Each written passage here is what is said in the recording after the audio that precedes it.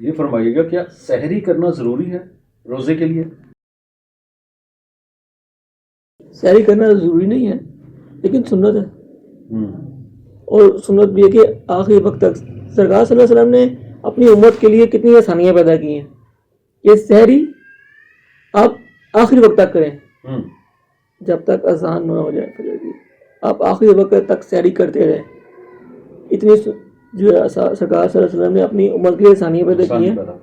اور افطاری اول وقت کریں، جیسی روزہ کھلے جیسی ٹائم ہو افطاری فوراً کر لیں. یہ ہمارے پہ بڑا احسان ہے کہ ہمیں روزے میں سحری بھی ملی اور افطاری بھی ملی.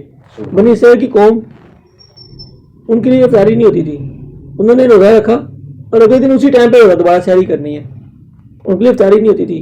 اور ان کی بیویوں کے لیے حرام، ان کے لیے بڑی بڑی شرطیں ہوتی تھیں بنی اسرائیل قوم کے لیے. ہمارے لیے تو بہت آسانی ہے کہ سرکار صلی اللہ علیہ وسلم کی رحمت اتنی ہم پہ ہے کہ اتنی آسانی ہمارے لیے ہوئی کہ سحری لگ گیا افطاری لگ گیا. اور یہ سحری اور افطاری کرنا، افطاری تو ضروری ہے، سحری کرنا سنت ہے.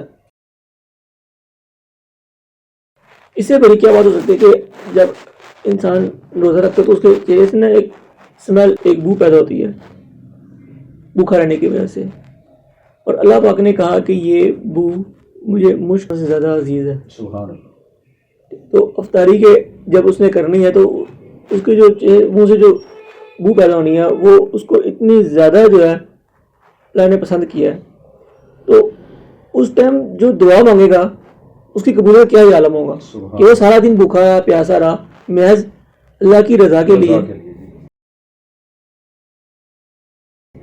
سارا دن بھوکا پیاسا رہا، سارا دن بھوک پیاس کاٹی، اس کو بھوک بھی لگی اس نے کھانا نہیں کھایا، پیاس بھی لگی اس نے پانی نہیں پیا، عبادت بھی کی اس نے، گناہوں سے بچتا بھی رہا وہ.